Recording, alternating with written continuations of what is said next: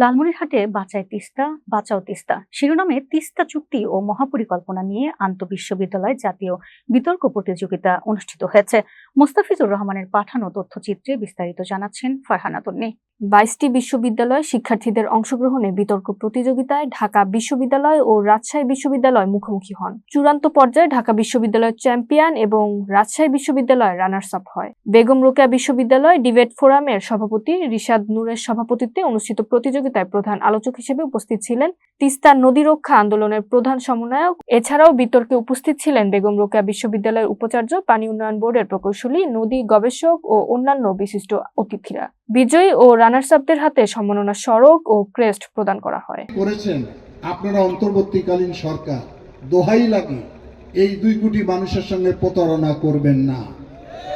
আমরা চাই, আমরা বলেছিলাম তফসিল দেওয়ার আগেই কাজ শুরু হোক, সেটি করতে পারেন নাই। জানুয়ারিতে আনুষ্ঠানিকভাবে তিস্তা মহাপরিকল্পনার কাজ শুরু করেন।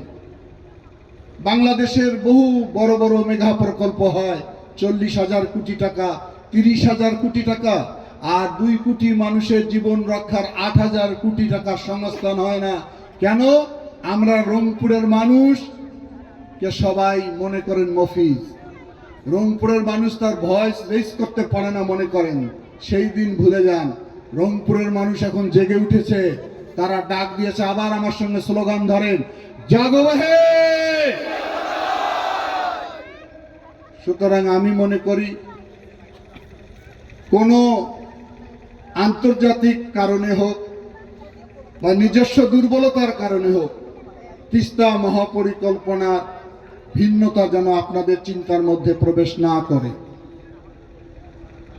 অনেকে বলেন যে এই মহাপরিকল্পনার সময় পানির উৎস হচ্ছে ভারতের, পানি পাবেন কোথায়? নিশ্চয়ই পানি ব্যবস্থাপনার ক্ষেত্রে পরিকল্পনা